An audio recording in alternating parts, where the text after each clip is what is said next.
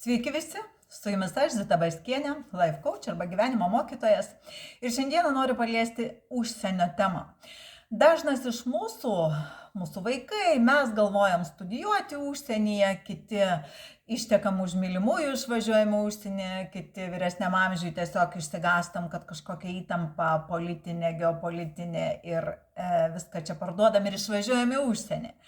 Ir žinot, konsultacijose labai daug žmonių matau nelaimingų išvažiavusių, todėl šiandien nusprendžiau pasidalinti, kamgi labiausiai sėkmingos tokios datos ir kuriais periodais dažniausiai. Įvardinsiu konkrečias datas.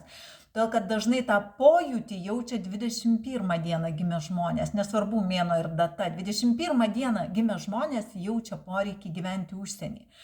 Bet žinot, kodėl?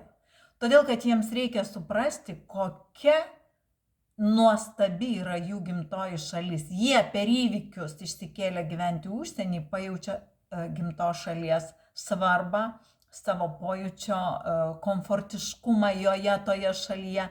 Ir tik dėl to jiems tai ir duota. Todėl gerai pagalvokit ir geriau apkeliaukit visą pasaulį, o ne savo gimtą šalį kaip nors tenkitės žodžiais arba kažkaip pažeminti, kad čia viskas blogai ir išvažiuoti. Tai jums yra karmiška ir tai atsilieps negatyviai. Taigi šiandien įvardinsiu datas, kurios turi sąveiką su užsieniu kaip sėkmingą kelią ir tai reikia daryti. Bet tai nėra tas pats, kas išvažiuoti gyventi į užsienį, bet jiems tai visada bus sėkminga ir tai daryti tikrai drąsiai galima. Tai vėlgi pakartosiu, kad metai čia neturi reikšmės. Tai 30 spalio, 28 lapkričio ir 26 gruodžio. Šitos 3 datos labiausiai per meilę ir santykius atsiranda užsienyje, todėl kad tai yra pirmoji vibracinio dažnio zona ir jie dažniausiai per meilę. Nes jeigu mes turim 4 laiptelius, ar ne, tai yra jausmai, intelektas, finansai ir laisvė. Tai vat šie 3 būtent per meilę, per įsimylėjimą kažkokio užsieniečio ir jiems tai yra gerai ir jie netgi išvykę į užsienį arba jeigu tas žmogus atvyksta čia, jiems viskas gerai, nes jiems reikia statyti tiltus su užsienio šalimis. Tai tas jausmų linija dažniausiai per santykius tai ir sumodeliuoja. Toliau 31 kovo, 29 balandžio, 27 gegužės, 25 birželio, 23 liepos, 21 rugpjūčio, 19 rugsėjo, 17 spalio, 15 lapkričio ir 13 gruodžio. Šitoms datoms taip pat palanku statyti tiltus su užsieniu ir būtent šitos datos geriausiai save ten randa išvažiavę studijuoti arba mokytis arba į kažkokias praktikas. Per žinias. Šitos datos dažniausiai per žinias pastato tiltus arba per kažkokias naujas metodikas arba kažkaip, bet nebijokit važiuoti studijuoti į užsienį šitoms datoms, tai yra labai palanku ir dažnai tai išsivysto į tokį gerą scenarijų. Toliau 22 sausio, 20 vasario, kovo 18, balandžio 16, gegužės 14, birželio 12, liepos 10, rugpjūčio 8, rugsėjo 6, spalio 4 ir lapkričio 2.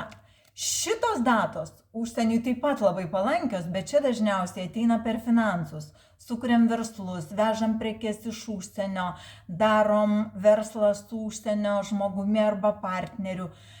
Visaip kaip generuojam finansus ir tai visada labiau sėkminga, kai su užsieniu yra susiję, tai nebijokit, jeigu turit tokių idėjų, šitos datos būtent per finansus dažniausiai ateina į sėkmę, kai stato finansinį kažkokį modelį, įtraukiant užsienio šalis arba užsienį gyvenančių žmonės, verslus, tarptautinius verslus stato. Tai jiems yra labai sėkminga ir Dar kelios datos tai yra sausio 9, vasario 7, kovo 5, balandžio 3 ir gegužės 1. Šitos datos dažniausiai su užsieniu susieina per tokį freelancerio požiūrį, per tai, kad aš galiu bet kur dirbti, gyventi, kiekvienoje šalyje pabūti, aš laisvas rinktis.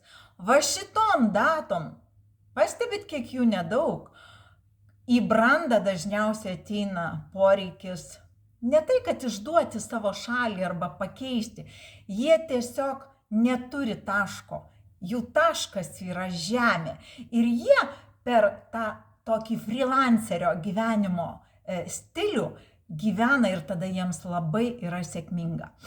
Tai va datos, kurios tiesiogiai siejasi su sąveika į užsienį, į užsienio kažkokias struktūras, žmonės, per jausmus, per pinigus, per išsilavinimą arba per bendrą tokį keliavimą ir keitimą tų šalių.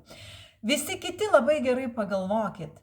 Tie scenarijai dažnai būna arba tikslai ne mūsų. Vat matėm, kad tas nusipirko nekilnojamą turtą užsienį ir man reikia, tas galva ir man reikia. Nepasimaukim. Atsistokim į savo poziciją ir žinokit, kad sėkmingas kelias tik tiems, kurie siekia savo tikslų.